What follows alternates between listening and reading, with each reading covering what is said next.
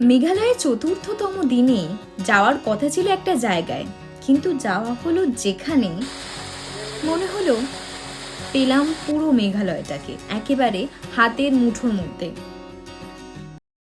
বলবে আমরা এখন মেঘের মধ্যে আছি। নমস্কার, আমি অর্পিতা। আপনারা দেখছেন শুনছেন ইনকমপ্লিট টক।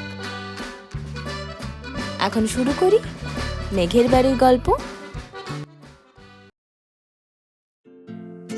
দিনটা শুরু হলো লোকেশনে পৌঁছে ব্রেকফাস্ট করে। আর ব্রেকফাস্ট বলতে কদিন ম্যাগি, চা, ডিম, ডিম, চা, ম্যাগি, এই আর কি।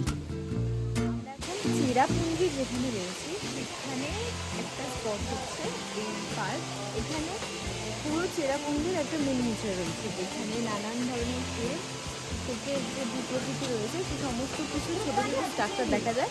তবে এগুলো কিছুই ম্যানমেড না, পুরোটাই কিন্তু ন্যাচারালি তৈরি হয়েছিল।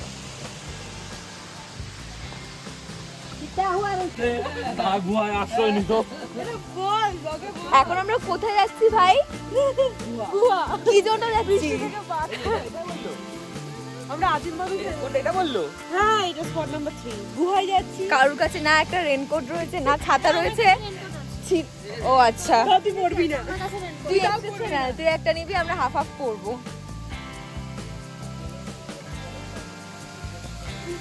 এবার মেঘালয় তোর মেঘ দেখে ফেলেছিলাম, শুধু বৃষ্টি বাকি ছিল।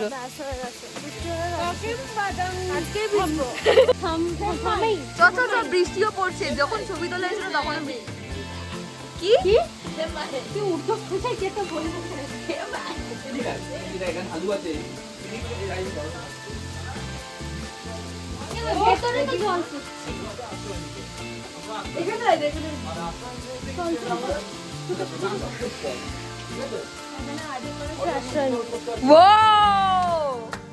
শাবাশ।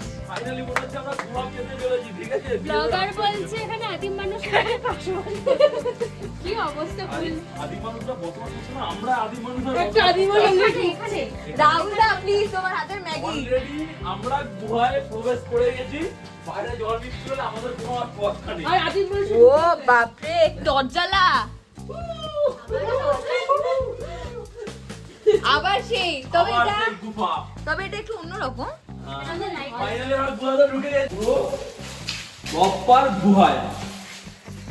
বৃষ্টি বাদলের কোনো চাপ নেই আর। ঠিক আছে, 4 নম্বর স্পট কভার হলাম, 5 নম্বর স্পটে গিয়ে দেখা হচ্ছে। পৌঁছে তো লাগলো দারুণ ভালো, কারণ পুরোটাই একটা জঙ্গল। কোথাও পাহাড়ের নিচে গুহা, ঝর্ণা, মেঘ, আর কোথাও বাঁশের তৈরি ব্রিজ, যেটা ক্রস করার পর রয়েছে ভীষণ ইন্টারেস্টিং একটা পাহাড়।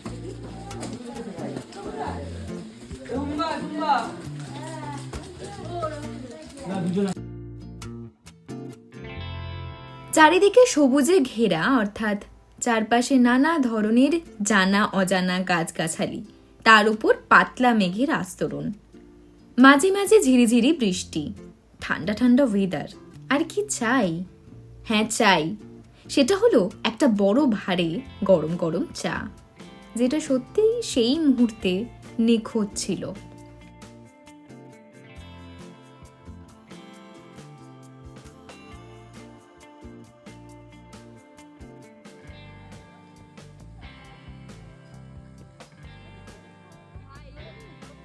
মেঘালয়ের প্রকৃতির এমন একটা ক্রিয়েশন যা এই 3-4 দিনে পুরোটা এক্সপ্লোর করা সম্ভব নয়। আর একটা কথা বলি, প্রয়োজনও নেই তার, কারণ এই জায়গাটা হাতে সময় নিয়ে ধীরে সুস্থে এক্সপ্লোর করতে কোনো ক্ষতি নেই। শহুরে কিংবা যে কোনো ব্যস্ত জীবনে আমরা সবাই কেবল এগিয়ে যেতে চাই। বারে বারে মনে হয় এই বুঝি পিছিয়ে পড়লাম।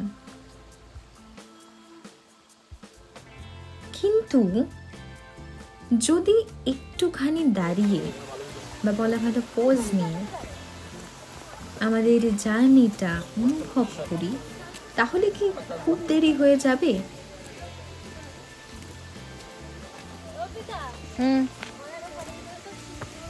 তোর বরকে বল।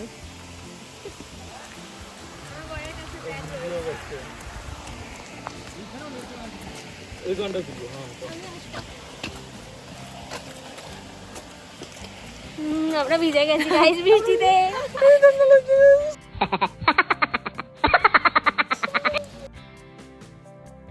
কিছু মুহূর্ত নিজেকে, কেবলমাত্র নিজেকে দিলে নিজেকে আর একটু চেনা যায়।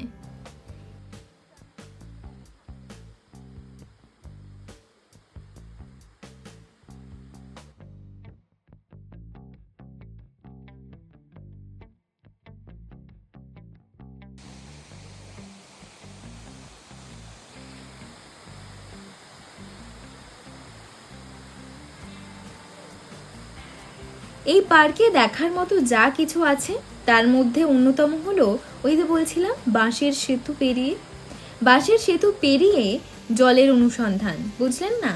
আরে এখানে একটা পাহাড়ের গা বেয়ে এক ধরনের ঔষধি জলের ধারা বইছে। সেই জল খাওয়া এবং আপনি চাইলে বাড়িতেও নিয়ে যেতে পারেন, সেই ব্যবস্থা রয়েছে, তার জন্য কোনো টাকা পয়সা লাগে না। তবে এই জলটা নিয়ে যাওয়ার জন্য এখানে কিছু মানুষ বাঁশ দিয়ে বোতল তৈরি করে, সেই বোতল 100 কি 200 টাকা দিয়ে কিনে আপনি নিয়ে যেতে পারেন। জলের স্বাদের বর্ণনা আর কি করব, সেটা না হয় আপনি নিজে যখন যাবেন তখনই জেনে নেবেন। কেমন লাগছে ভাই? কিন্তু একটা বিষয় হচ্ছে হ্যাঁ, যে বাঁশগুলো কেমন একটু নরম নরম, আচ্ছা, বাঁশ নরম, শিলের ধাপ আছে, এটা নতুন আবিষ্কার নাকি রে? বাঁশও নরম হয়। কিন্তু বৃষ্টিতে ভিজে একটা নরম হয়ে গেছে। আর আজকের দিনটা এই পার্কটা এক্সপ্লোর করতে করতেই কেটে গেল। আর যত ঘুরছিলাম ততই মনে হচ্ছিল যে এই একটা বড় মেঘালয়কে যদি একটা মিনিয়েচারে বন্দি করা যেত তাহলে যেরকম দেখতে লাগতো, এটা বোধহয় ঠিক সেরকমই। যাই হোক, মেঘের বাড়ির গল্পের আজকের দিনটা এখানেই শেষ হচ্ছে। তবে এখান থেকে শুরু হচ্ছে আরও একটা নতুন দিন, তবে সে গল্প আসবে পরের দিন। আজকের মতো এটুকুই। আপনারা অবশ্যই জানাবেন মেঘের বাড়ির গল্প কেমন লাগছে। আপাতত চলি, দেখা হচ্ছে, কথা হচ্ছে পরের গল্পে।